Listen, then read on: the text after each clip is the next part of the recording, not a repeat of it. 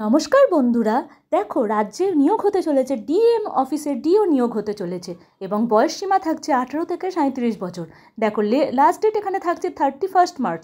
এবং কিভাবে অ্যাপ্লাই করবে, ডিএম এর বেতনই বা কত, যাবতীয় কোয়ালিফিকেশান সবই তোমাদের জানাবো।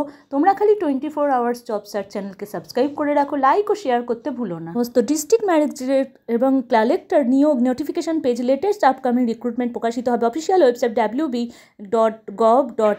প্রয়োজনীয় শিক্ষাগত যোগ্যতা এবং যাবতীয় তথ্য নিম্নে দেওয়া হলো। ডিস্ট্রিক্ট ম্যাজিস্ট্রেট এবং কালেক্টর এই শূন্য পদগুলি প্রদান করছে একটি স্টেবল কেরিয়ার গভর্নমেন্টের বহু সংখ্যক কর্মী নিয়োগ হতে চলেছে সারা Bharat. West Bengal government job 2025 DM অর্থাৎ ডিস্ট্রিক্ট ম্যাজিস্ট্রেট অফিস নিয়োগে প্রার্থীর প্রয়োজন এক কোয়ালিফিকেশান একটি ব্যাচেলার ডিগ্রি সমেত ফার্স্ট ক্লাস অথবা 60% মার্কস অথবা পোস্ট গ্র্যাজুয়েট অথবা স্নাতকোত্তর ডিগ্রি এবং অভিজ্ঞতা অ্যাডমিনিস্ট্রেশন গবেষণা এবং শিক্ষক।